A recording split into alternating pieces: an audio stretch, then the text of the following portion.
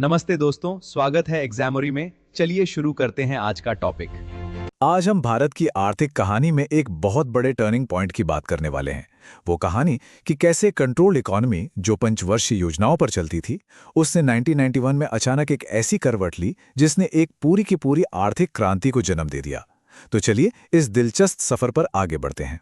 लेकिन हम कहानी की शुरुआत से शुरू नहीं करेंगे।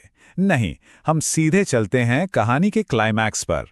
साल था 1991, जब भारत की अर्थव्यवस्था बस गिरने ही वाली थी, बिल्कुल कगार पर खड़ी थी।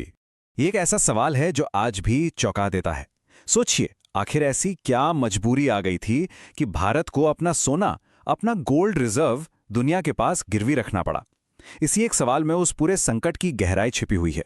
वजह थी ये रकम। 1991 आते आते भारत का जो विदेशी मुद्रा भंडार था, वो गिरकर सिर्फ $1 बिलियन रह गया था।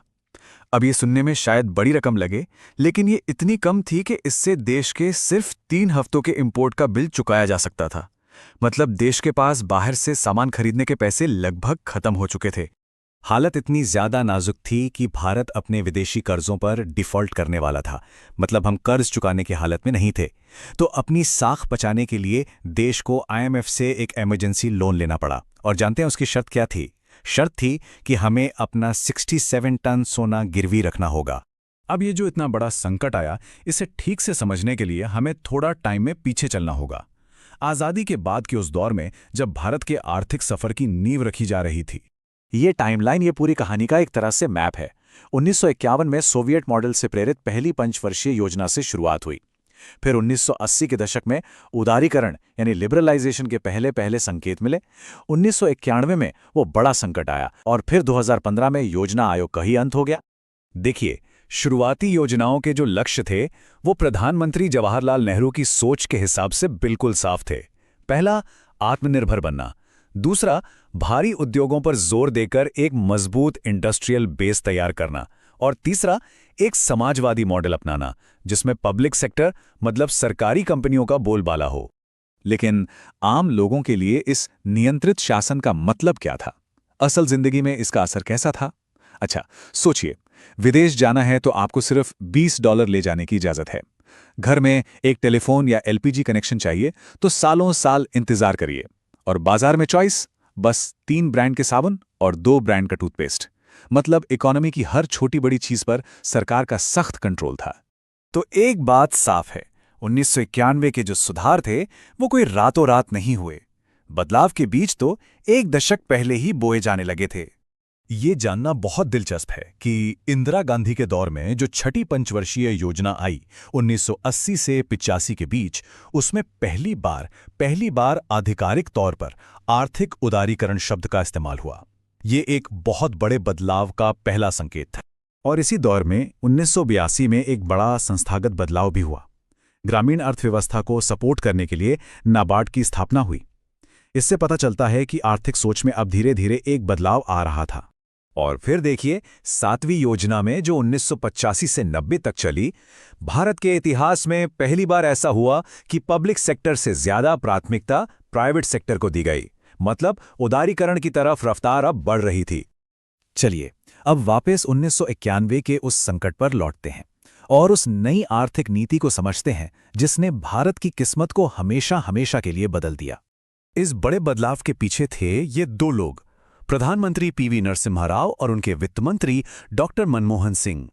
इन दोनों ने मिलकर भारत के आर्थिक सुधारों की वो मजबूत नींव रखी। और ये जो नई नीति थी, ये 3 मजबूत स्तंभों पर खड़ी थी, जिसे हम सब LPG मॉडल के नाम से जानते हैं। L यानी लिबरलाइजेशन, P यानी प्राइवेटाइजेशन और G यानी ग्लोबलाइजेशन। आसान भाषा में समझें तो आज़ादी मतलब बिजनेस को आज़ादी, सरकारी से निजी मतलब सरकारी कंपनियों को प्राइवेट करना, और विश्व से जुड़ाव मतलब भारत को दुनिया से जोड़ना। इनमें सबसे पहला और शायद सबसे जरूरी पिलर था लिबरलाइजेशन यानी उदारीकरण। इसका सीधा सा मतलब था लाइसेंस परमिट कोटा राज का खात्मा, भारतीय व्यापार और इंडस्ट्री को गैर जरूरी सरकारी कंट्रोल और बंधनों से आजाद करना। तो इन सुधारों का असर हुआ क्या?